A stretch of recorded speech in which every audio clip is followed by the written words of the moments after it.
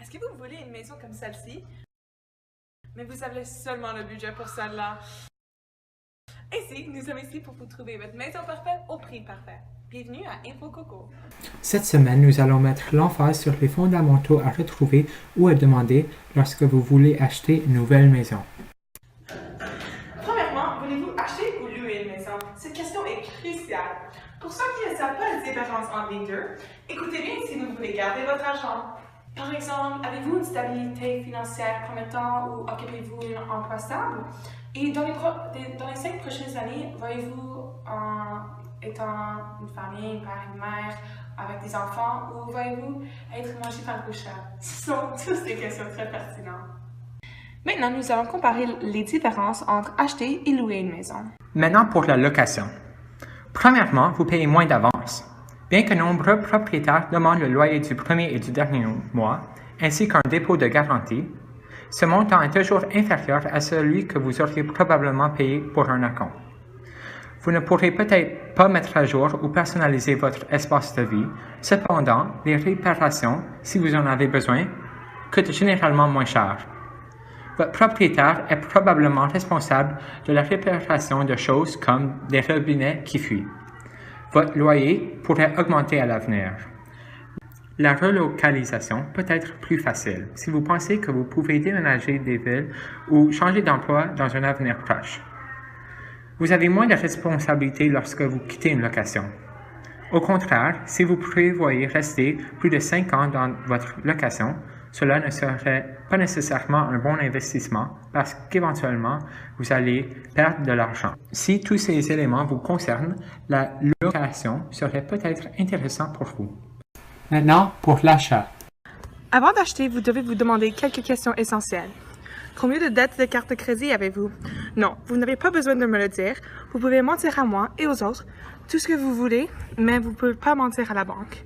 Si vous voulez acheter une maison, je ne dis pas que vous ne pouvez pas avoir de dette pour acheter une maison, mais je crois que la dette est le symptôme d'une plus grande maladie. Votre mise de fonds sur votre première maison serait probablement le plus gros investissement jamais effectué. Je ne parle pas seulement de l'acompte dont vous aurez besoin pour financer la maison, mais aussi de tous les coûts imprévus liés à votre acquisition. Pour ce qui est de votre versement hypothécaire mensuel, pouvez-vous réellement posséder le même montant que vous pouvez louer? En vérité, le montant que vous payez en loyer serait probablement similaire en montant que vous paierez en principe et aux intérêts sur votre prêt hypothécaire. Cependant, votre principe et vos intérêts ne sont pas les seuls coûts associés à la possession. Soyez prudent lorsque vous utilisez simplement une calculatrice hypothécaire en ligne pour déterminer le coût de la possession d'une maison. Le versement hypothécaire n'est qu'un élément du casse-tête. Vous devez déterminer un montant raisonnable que vous pouvez vous permettre avant de magasiner pour une maison. Maintenant, pour la propriété et la copropriété. Vous vous demandez peut-être qu'est-ce que la différence entre propriétaire et être copropriétaire. La réponse est simple. Être propriétaire indique que vous possédez un logement en entièreté. Un propriétaire est donc responsable pour l'entièreté de son logement, comme il ne doit pas le partager avec qui que ce soit. Puis, être copropriétaire indique que vous devenez propriétaire d'un logement dans un immeuble, mais que vous devenez également propriétaire d'un certain pourcentage des parties communes de l'immeuble, comme les couloirs, les ascenseurs, les escaliers, le toit et le jardin. Malgré qu'il existe plusieurs avantages et désavantages liés aux deux aspects abordés, comme être propriétaire et copropriétaire, il existe plus de désavantages liés aux copropriétés, comme le partage des responsabilités et des coûts est majeur. La vie de copropriété a plusieurs inconvénients, comme des règles plus strictes et plus de devoirs.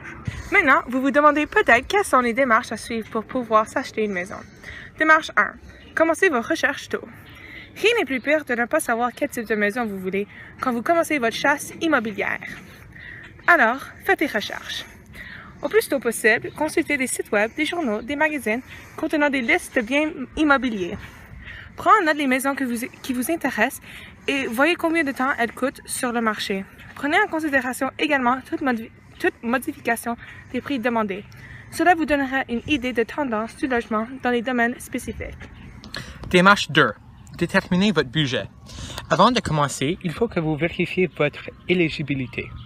Informez-vous sur votre capacité d'emprunt et sur votre mise de fonds. Ceci vous indiquera votre budget pour l'achat de votre maison. N'oubliez pas les coûts additionnels. Troisième étape, priorité. Pour vous assurer que vous êtes content dans votre nouvelle maison, vous devez lister et énumérer toutes vos priorités.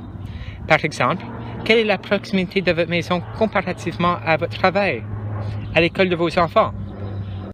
Étape 4. Engagez un agent immobilier.